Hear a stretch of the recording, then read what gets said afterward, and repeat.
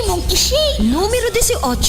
Iyo, basta tandaan mo. Sa Rosanaan, pipiliun mo. Dahil pwede ang 2 o 3. Dapat, numero 18 sana. Ako Bicol, Party List. Ako Bicol Party List. Katabang na. Kasunod pa. Numero 18 sa balota. Miss Political and Speed for my Bicol Party List. Bicolano kita, Bicolano ika, Bicolano, ako Bicol. Ako si Sistine Phoenix, isa akong medical technology student. Palagi akong nakababad sa mga computer, sa cellphone. Nakaranas ako minsan ng mga eye strains at dahil dito nagkaroon ako ng mga migraines. May nagsabi sa aking kaibigan na try ko daw mag-eyeberry kasi nakatulong ito sa kanyang eyesight. Ang iBerry ay dietary supplement na may iBright flower extract at bilberry berries. Nung nag-take na ako ng eyeberry, mas nakakonsentrate ako sa pagsastudy ko dahil nawala na yung mga migraines ko. Maraming salamat sa eyeberry. iBerry ay mabibili sa Mercury Drug at sa mga suking butika sa inyong lugar. Mahalagang paalala, ang iBerry ay hindi gamot at hindi dapat gamitin panggamot.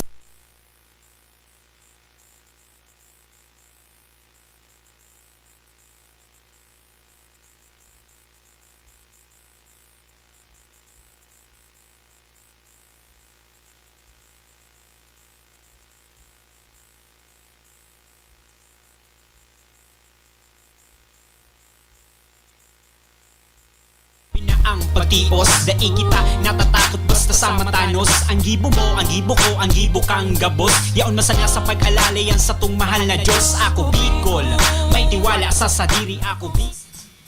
Okay, isang magandang morning sa lahat ng ating mga kababayan, mga tagapakinig ng programang Ako Bicol Party List. Makakasama natin sa umagang ito ang butihing Provincial Coordinator ng Ako Bicol. Sir, good morning po. Good morning Sir Jim at sa lahat ng mga nakikinig ng programang ito. Napakaganda ng araw at alam po natin na marami ho tayong magagawa sa araw na ito. And thank you for having you again this morning, Ako Bicol Party List Hour. Yes, at sapagkat isang linggong dumaan ay bagamat busy Sir Bong ay andito po kayo para maghatid balita, magandang balita sa ating mga kababayan tungkol po sa isinasagawa ng Ako Bicol. Kagalakan natin na palagi tayo makapag-report sa mga kababayan po natin sapagkat sa buong linggo ang public service ay nandyan talaga yan. Kaya maganda rin na malaman din ng mga kababayan natin kung ano pong mga ginagawa ng Ako Bicol Party List dito po sa Catanduanes at hindi lang actually dito Sir Jem, sa buong Bicol region. Ano ho, ay ang atin pong mga program implementation ay nagpapatuloy, may election man o wala. Ayan, rain or shine, kumbaga, walang hadlang, Sir Bong. Oo, kasi kaso Sorong Aldaw actually nag-payout na tayo sa Topad, maulan po 'yun sa lugar po ng Tiga tsaka ng Bato, pero hindi ho tayo natitinag sa ganyan kasi may mga kababayan tayo na gusto natin na maiabot na sa kanila ang para naman sa kanila yung payout na tinatawag. Ayan, kaya't ang mga pangangailangan yan na priority, kumbaga talagang inuuna din ng programa nyo po. Oo, kasi maraming programa actually ang Ako Bicol na sa loob po na 10 taon Sir Jim namamayagpag po ang programa natin at hindi tayo nagsasawa na may paabot sa mga kababayan po natin ang programa hanggang doon sa grassroots na tinatawag. Kaya nga pinupuntahan natin ang mga kababayan natin ito na alam naman natin na nangangailangan po ang mga kababayan natin ng mga programa. Yes, at halos ang buong Catanduanes ay naikot nyo na po, Sir Bong? Oo, actually sa ngayon dahil po sa panibago pong budget na ibigay sa atin sa tinatawag natin educational assistance, kaya personal natin pinupuntahan ng mga mayors para sila po ang bigyan po natin ang kanila pong LGU municipality, mabigyan po natin ng direktang tinatawag na tulong sa tinatawag natin educational assistance. Sabi natin last week Sir Jem, binigyan po tayo at nabigyan tayo ng fund na 3 million para sa educational malaki. Assistance in Catanduanes only. Oo, 3 million sa Catanduanes lamang po yun. Oo, sa educational assistance pa lang. Wala pa ibang project. Oo, kaya kung ano natin ito, i-prorate natin ito sa mga kababayan natin na nag-aaral pa ngayon sa college, saka dyan sa CSU, makakatanggap ang bawat isa ng 3,000 pesos. If you will multiply it into 1,000, so 3 million po yan. Yes, at may mga nakahanda na po ba kayong listing nito, Sir Bong? Yeah, nang nitong mga nakarang araw, in-announce natin yan sa radyo, di ba, Sir James, last time, in-announce natin na open na po yung pagtanggap po natin. And unfortunately, ito po ay napuno kaagad. May mga pumupunta pa. Yes. Kaya naglagay na po kami ng paskil na temporary cut-off na muna ang pagtanggap sapagkat baka lumagpas tayo ng 1,000 dahil yung mga municipality, LG municipality na nandito sa Catanduanes ay binigyan natin ng 50 each of them para sila mismo ang makadetermine kung sino yung mga nangangailangan ng tulong doon sa kanila po mga constituents. Yes, para hindi maantala yung tulong, kayo pa rin yung pumunta doon sa kanya-kanyang area.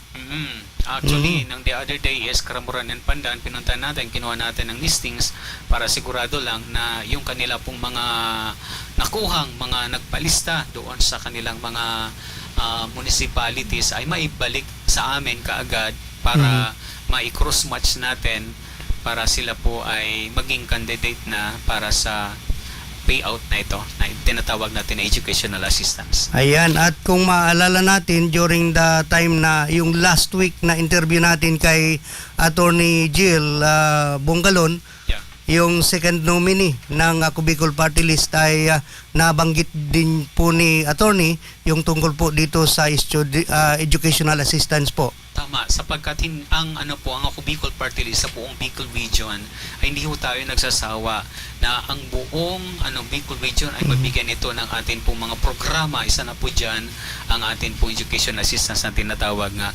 And right now, ang buong Bicol Region ay, if I'm not mistaken, meron tayong 20 million na budget sa buong Bicol Region para sa education assistance lang. Talagang walang sayang na pera para maitulong umadala sa ating mga kababayan. Oo. Kaya ang counterpart naman ng ating mga kababayan, lalo na itong mga estudyante, ay ma-accomplish yung mga hiningi sa inyong requirements. Napakadali lang ang atin pong requirements in partnership with DSWD sapagkat sila po ang nagbibigay po ng payout nito in partnership with them na sa pamagitan ng ating mga congressman ay hindi po nagsasawa at tuloy-tuloy at masipag na naghahanap ng budget. Actually, Sir Jim, aside from that, mayroon pong big message po sa amin the other day, ang DOLE, na ang Ako Bicol ay meron ulit na bagong implementation ng TOPAD. So ang dami nito. So umaabot ito ng if I'm not mistaken, ito ay umaabot ng 1.9 million para sa TOPAD. Oh, malaki.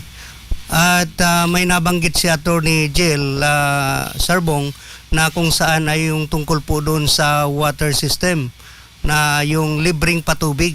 Tuloy-tuloy ito. Tuloy-tuloy po ang pagkalap po natin ng mga barangay resolutions.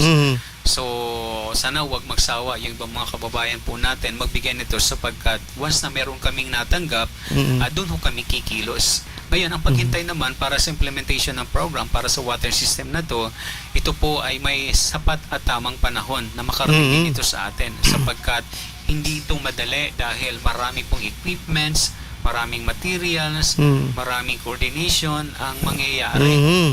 So ngayon ay nakukonsentrate sila sa mainland muna. Ayun. Kaya naalala ko yung nabanggit nyo po last week, yung coordination, tungkol po dito sa coordination ng water system ay yung required na area. Yeah. Ay kailangan na mayroong ganong area para ma-implement yung sinasabing project. Tama, sapagkat may mga po ito may mga paraphernalia ito nadadalhin aside from magdi-drill po ang ating pong drilling team, pagtapos po niya maglalagay na po yan ng water pump sa ibabaw at maglalagay na ng solar panel, maglalagay na po ng overhead tank. Previously, ang overhead tank na kasama doon sa pig survey namin, pinaalam natin doon sa mga barangay captain na napuntahan natin ay isang overhead tank na mayroon pong 250 liters capacity. Pero ngayon, Sir Jim, nag-upgrade. Tatlo ng overhead tank. Ayun. Kaya huwag nating sayangin ang mga pagkakataon na ito na kung saan ay dinadalang tulong ng Ako Bicol Party List. Oo, kasi alam naman natin na talagang may mga programa naman ang ating mga gobyerno Yes. pagdating sa mga paano ang ikabubuti at maano natin, ma-uplift natin ang buhay ng mga kababayan po natin sa maiksing sa mga maliit na bagay na magagawa natin. Ito po'y lumalaki sapagkat kung kailangan ng mga kababayan natin. Kaya nandito ho tayo at hindi tayo magsasawa mga kababayan na patuloy na maglilingkod sa inyo sapagkat ito ang dahilan bakit nandito kami para sa inyo. Yes, at nabanggit nyo rin po, Sir Bong, na itong submersible pump na may supply ng solar system. Yeah. Ito yung second level po. Yes, second level natin ito dahil yung first level natin tulad na banggit ni Attorney Bongolon last week, ito po ay magdidrill tayo tapos maglalagay ho tayo ng jetmatic sa ibabaw para magamit na kaagad, So ngayon po ay hindi na ganoon, nasa level 2 na po tayo. Kaya maganda naman, sana as soon as possible makarating ito sa atin dahil hinihintay na ito ng ating mga kababayan, especially ng mga barangay captains na kakilala natin na nagpa-follow up na rin. So ang ginagawa natin, magpa-follow up na rin na just in case na sila po ay available na, kasi hindi lang naman ito isang team, Sir Jen. 2 o 3 team ito nagdi-drill sa iba't ibang lugar. Ayun. So ang buong prospectus po ng Ako Bicol pagdating sa drilling ng water system ay makapagtanim ang Ako Bicol ng 3,000 water system sa iba't ibang malaki yung target. lugar po ng Bicol. Talagang nakikita ng Ako Bicol ang unang-unang pangangailangan ng ating mga kababayan. Tama. So basic needs natin ito, Yes, opo. especially during the time of summer na nakakaroon ng kasalatan pagdating po sa water resources. Kaya long time solution ito. Yes, kaya antay-antayin lamang po natin sapagkat hindi naman madali yung dapat batch by batch at hindi yung paisa-isa. Oo. So ito ay halimbawa merong nag-request sa atin ng 40. Tapos napuntahan po natin na survey natin at isa sa mga nasalubong natin na problema doon sa during our survey time ay yung kakulangan ng lugar ng isang barangay. Ayun, yung especially area pag nandito po sa proper. nire-required. Oo, kasi yung 50 square meters, Sir Jeff, nahihirapan na nga sila. Much more doon sa nag-upgrade pa. Kasi magdadagdag pa ng Fernandia, nung dadagdag pa ng overhead tank na 2. Oo, kaya naging instead of 50, naging 86 square meters po ang required lot area. Tsaka kailangan may deed of donation or deed of sale na katunayan na para doon specific, para doon talaga sa water system. Tama. Especially if it is acquired from public land, private land, private property, ito ay dapat meron pong tinatawag na deed of donation and as well as yung MOA na tinatawag sa barangay the owner of the specific land. Yes, so ayun, para hindi na maantala, dapat yung hinihinging requirements ay may submit lahat at tama yung area. Oo, tama po. Kasi sayang lang kung hindi ko ito aakma doon sa pangangailangan. Sapagkat alam naman natin na maraming gusto, kaya lang yung lupa ang problema. Yes. At siyempre, hindi basta-basta yung tinuro ninyo na yun na talaga. May tinatawag na assessment yung team, Sir Bong? Tama. Hindi actually, mas maganda nga, meron tayong option 1 at meron ding option 2. Kasi may mga instances na ang lugar, although enough ang size ng lupa, pero pag yan po ay dumaan sa survey at nalaman at nakita ng machine, kasi meron tayong water finder na tinatawag, malalaman doon sa machine kung meron bang enough water supply doon sa ilalim. Pag yan po ay na-analyze sa data computer at kapag wala, so hanap ulit ng ibang lugar. Yes, at siguro ina-identify din siguro, Sir Bong, yung vulnerability nung area na dapat pagtayuan. Tama. Maraming consideration actually, hindi basta-basta yan. Isa na dyan, yung hindi dapat malapit sa septic tank ng mga bahay. Hindi rin dapat malapit doon sa mga kulungan ng mga baboy Mhm. Hindi rin dapat malapit dito sa seashore. Mm. So there's some areas talaga na na Dapat na i-consider. may consider din talaga.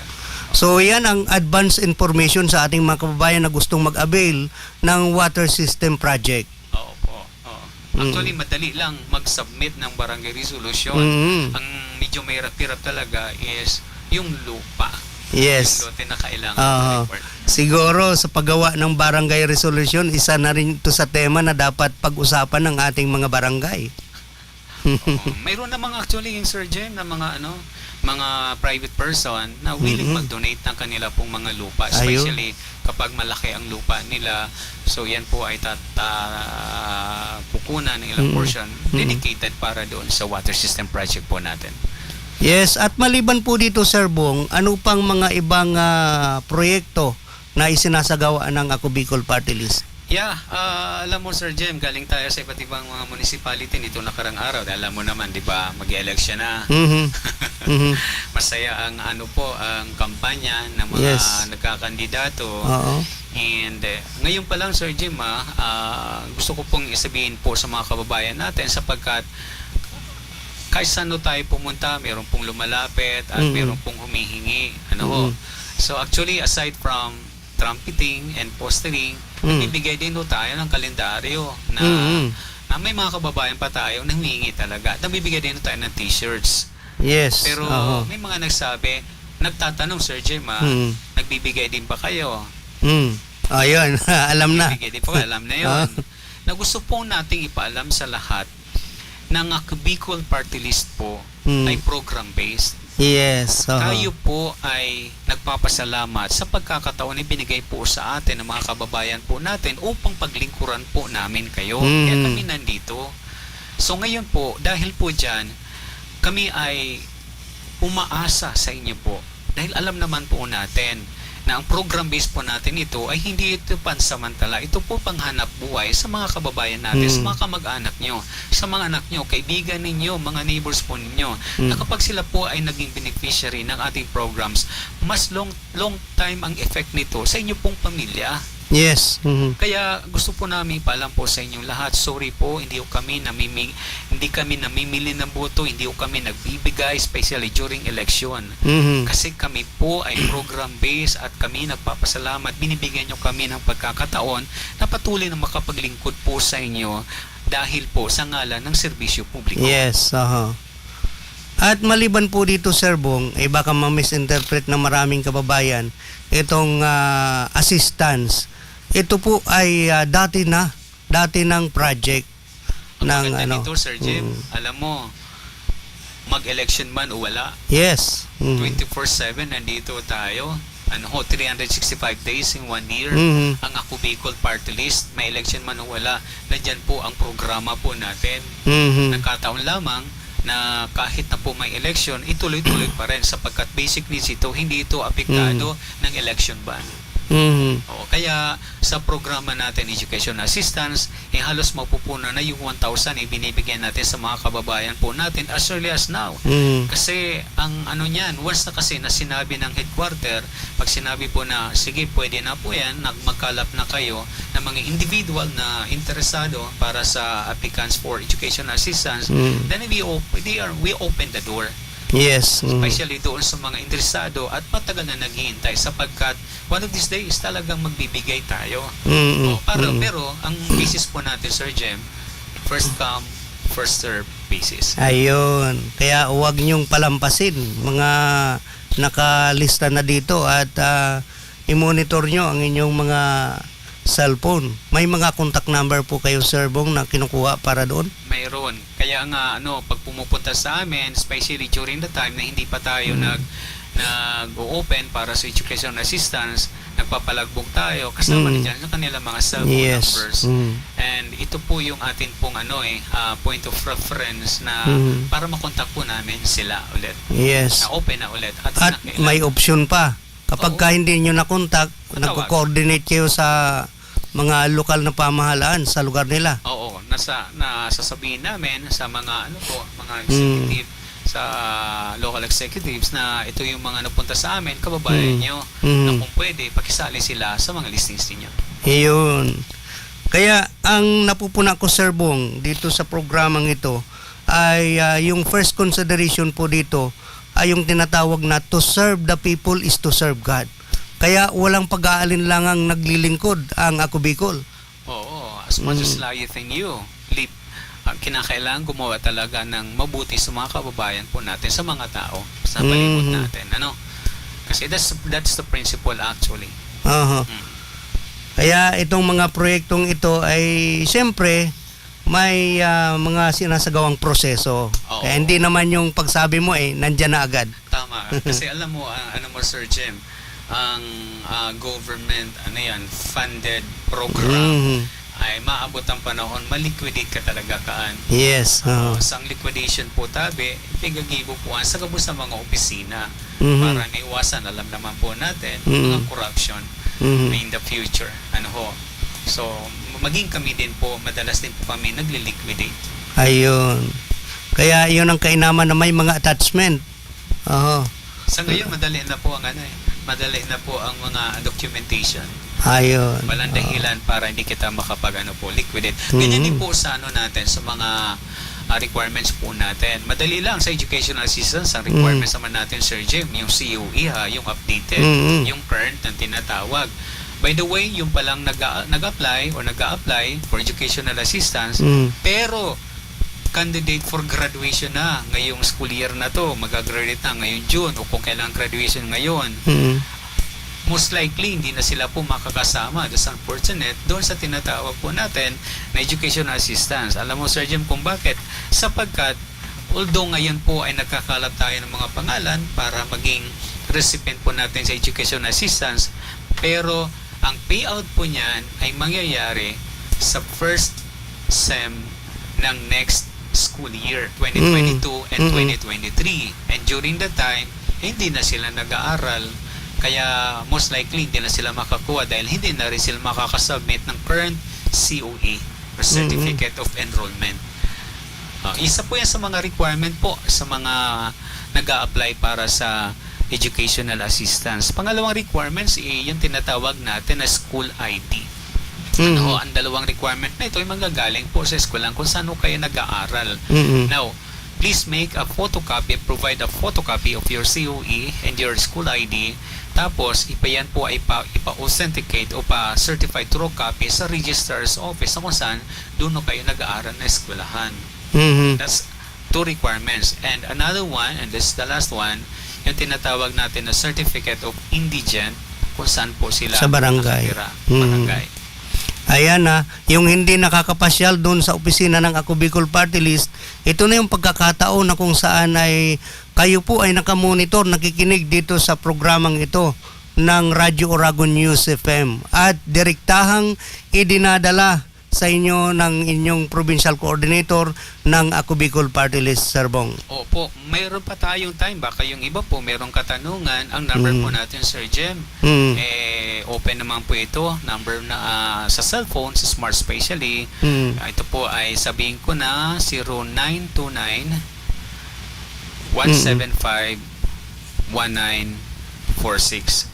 0929-175-1946.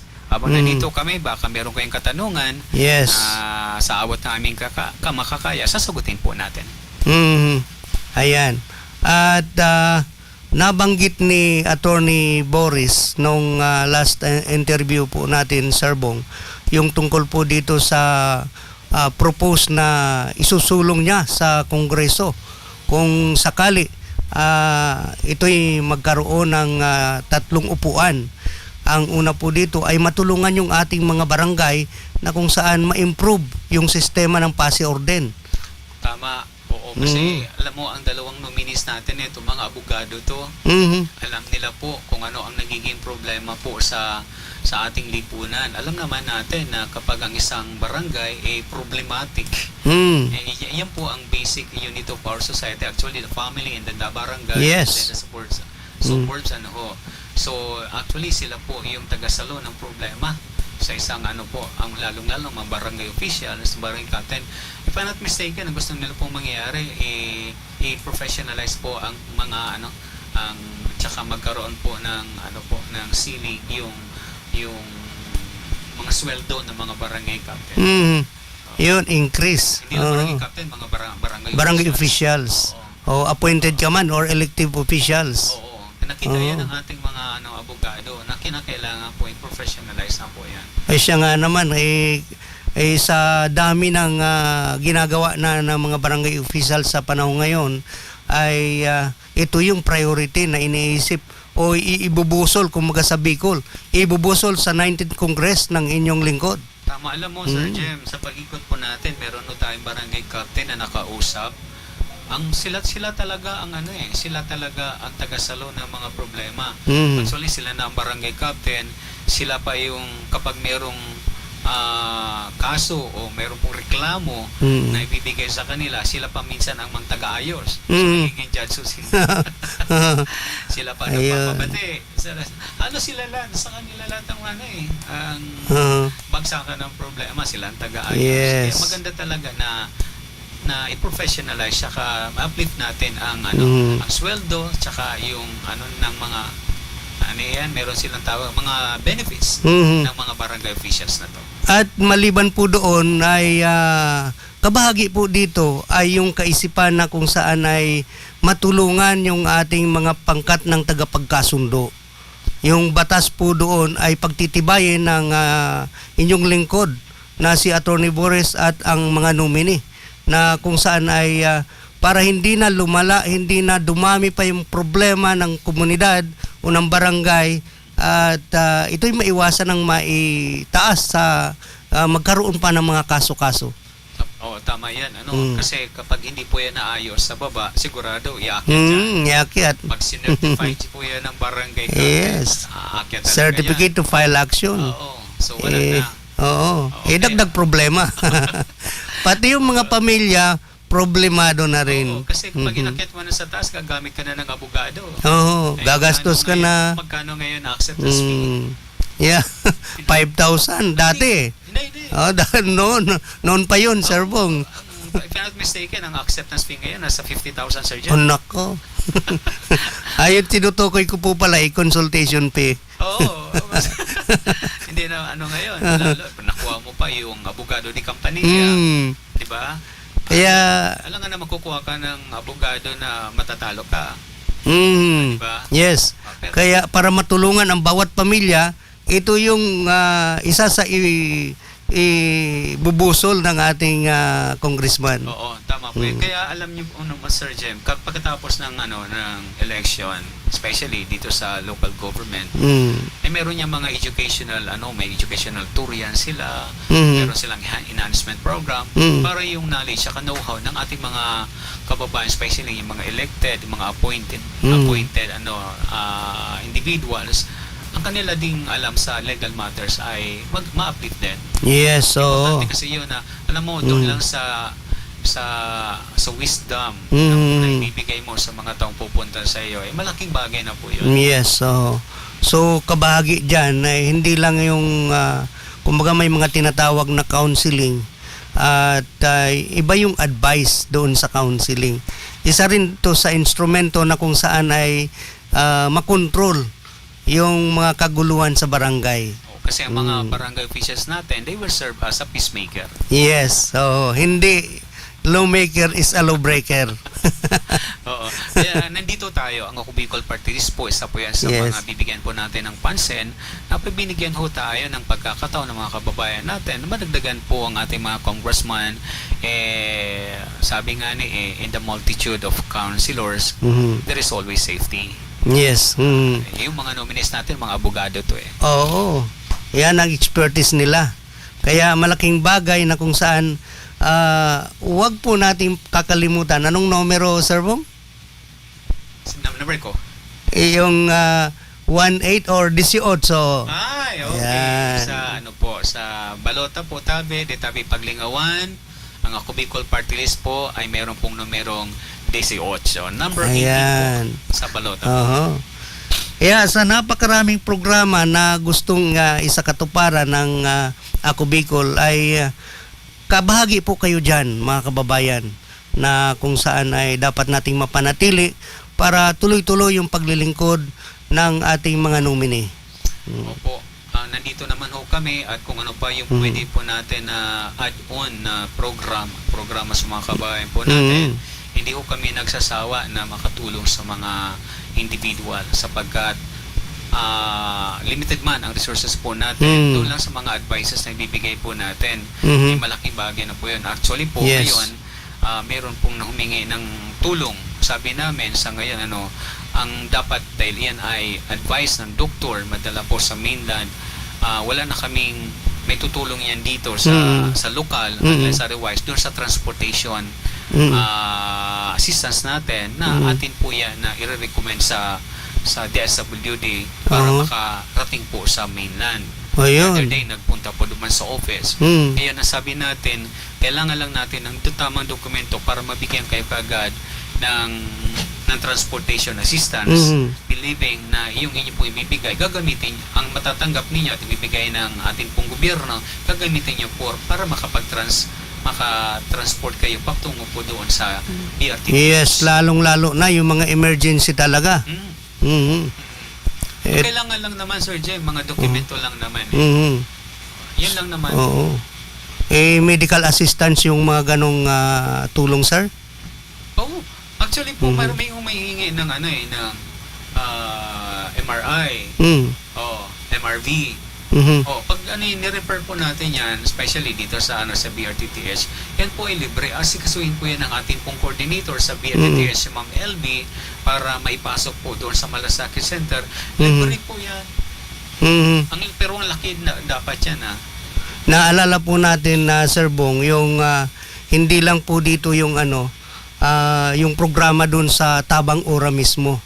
Nabanggit nyo po si Ma'am LB na kung saan siya yung nag-assist doon sa mga ipinapasok na pasyente para matulungan, matugunan yung pangangailangang medikal. So actually, ang kailangan lang naman talaga ay maging masipag yung kamag-anak po ng may pasyente. Kung Ayun. po kaya ng pasyente. So kasi ang resources, magiging resourceful. Kasi ang resources nandiyan naman yan. Ayan ang unang-unang requirements. Be resourceful. Actually, matututo tayo at magiging tayong alisto kapag may pasyente tayo. Yes, so... Nangyari din yan sa akin, Sir Jim. During the time of COVID, talagang we maximize every resources available. So, yun lang. So, nakapagbitaw din ako ng pera, pero konti na lang. Kasi, na-maximize ko. At ako mismo personal na nag-asikaso. Ayun. So, sa ating mga kababayan, Sir Bong, tungkol po dito sa hindi natin ibinabaliwala at yun pa rin ang paalala natin sa ating mga kababayan tungkol po dito sa pag-iingat sa kalusugan sapagkat itong tinatawag na COVID ay hindi pa 100%. So, kailangan pa rin mag-ingat. Kailangan pa rin sumunod sa mga protocol. Tama. If not mistaken, nasa level 1 tayo, Sir Jen, di ba? Opo. Ngayon, may mga balita tayo na natatanggap, nakakalat. Hindi lang po dito sa ating probinsya, sa iba't ibang lugar din, na after ng election, itataas ito. Iyon ang mga murmuring sa labas at atin namang napapakinggan na Sir Bong. Kung kaya't kailangan lang talaga na mag-ingat. Yes. Pangalagaan ang ating kalusugan. Tama. Kaya alam mo, Sir Jem, ang isa dapat sa wag nating kakalimutan ay uminom ng maraming tubig. Tubig tsaka vitamins. Ayun. Para mapalakas po ang immune system po natin. Sapagkat yung may mga comorbidities na tinatawag, isa sila po yung sila yung nagiging casualty. Pag kung minsan nagkakaroon ng psychological effect na rin Sila yung mga unang-unang vulnerable sa sakit. Kasi yung resistensya, siyempre nagkakaedad na. Tama. Marami naman tayong alam, Sir Jem, nung nakaraan na nagkaroon talaga ng naging mataas yung ng pandemic ito, yung COVID na kung saan positive pero dahil walang mga sakit, nakasurvive naman. Ayun. Pero yung mga kakilala ko na text ko, hindi nagsisimba. The following day text ko pa rin, anak ka nagsagot. Tapos sasabihin, tapos na. Sir, wala na po si daddy, wala na si papa. Dalawa yun. So kailangan tulungan ang sarili na mapatibay ito, maging matatag. Pero nakausap ko pa yung Sir Jim na Mhm. na a week before na Mm-mm. nangyari yun. Malakas naman, wala namang problema. Ayun. Hindi lang. So yan po mga pangyaring ganyan, hindi po natin yan maiwasan. Mhm. Pero pwede po natin yan na ma-prevent. Yes. Hindi lang sa disaster ang prevention. Ito man ay kumbaga mga ordinaryong araw o ordinaryong panahon ay kailangan yung prevention ay dapat isinasakatuparan. Opo. Sinasagawa. By the way, ano muna tayo, commercial muna tayo Yes. sa Ako Bicol. Ako Bicol, sinda kita ika. Ako Bicol, sinda kita ika. Ako Bicol, sinda kita ika. Ako Bicol, Bay! sinda. Bay! Bay! Oh, ano na naman? Ihapot ko lang kuta kung anong edad nito ni May kan kamo kinasal. 18. 18 anyos kami. Kan mag-agom. 18? 18 anyos? Iyo, 18 anyos. Tayo ang legal na edad kan pag-agom. Yes! Pwede naman ako mag-agom! Iboto ang sadiri. Ako Bicol Party List. Katabang na. Kasurug pa. Numero 18 sa balota. Oh yeah. Sinda kita ika. Ako Bicol. Come on. Sinda kita ika. Ako Bicol. Sinda kita ika. Ako Bicol. Sinda kita ika. Ako Bicol. Sinda kita ika. Ako Bicol. Sinda kita ika. Bay! Bay! Bay! Oh, ano na naman? Ano nga ni ito sa numero kan Ako Bicol Party List? 18. 18 ang numero sa baluta kan Ako Bicol Party List. 18? 18! Yan ang hanapon mong numero sa baluta sa lindong kan mga party list. Tatandaan ko na. Numero 18 ang Ako Bicol Party List. Iboto ang sarili. Ako Bicol Party List. Katabang na. Kasurug pa. Numero 18 sa balota. Paid for by Ako Bicol Party List. Bay! Bay! Bay! Okay, tuloy-tuloy po tayo, Sir Bong, para sa ating mga kababayan. Yeah, gusto po natin ipaabot sa mga barangay captain, especially mga barangay officials, na kung kayo po ay interesado sa tupad na tinatawag ho at mayroong applicant po para sa mga constituent po nindo, mangyari po lamang as soon as possible, tabi to Sir Jim, sapagkat nagkakala po tayo ng mga pangalan na papasok ko sa bagong tupad na binigay po sa atin, and this is worth 1.9 million. Mhm. Oo. Sana po, dahil nag-iikot ho kami, may mga barangay captain na interesado, sana po magkita-kita ho tayo, mga kap, dahil alam po namin na kailangan po ito ng mga kababayan po nindo. So, ang sweldo po nito, Sir Jim, ay 310, provincial rate po, minimum, at magtatrabaho po sila for 10 days. Ayan ang magandang balita na kung saan ay kailangang ma-inform natin yung ating mga barangay captain. May programa palang ganito, ang Ako Bicol Party List Cup. Opo, kung mangyari po lamang na pakishare na lang po sa kanila kung hindi po nakikinig si Kap, kayo na lang po magsabi at kayo mag-apply ho kayo. Yun. Kung gusto po ninyo. So, ang number ko po ay napakadali lang, matawagan. Kaya magpa-reserve na po kayo at kung pwede po, magsubmit na kayo ng mga pangalan at ililimitahin po natin up to sa isang barangay po, Sir Jem, up to 10 up to 10 applicants. Yan, per barangay. Per barangay. Ayun. So, yan at ang mga impormasyong ito ay naibahagi ng inyong lingkod, Provincial Coordinator Sir Bongo.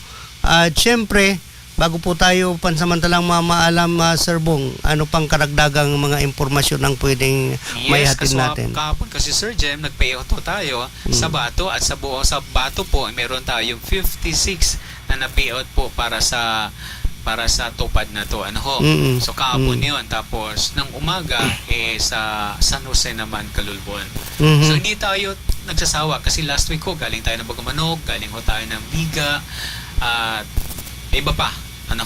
Hindi tayo nagsasawa na patuloy na makatulong sa mga kababayan po natin. Huwag kong kalilimutan, ngayong eleksyon, number 18, Ako Bicol Party List. Nandito kami para sa inyo. Yes, at syempre, ito yung inyong matatagpuan at hanapin nyo lamang si Sir Bong sa bahagi ng Munwok.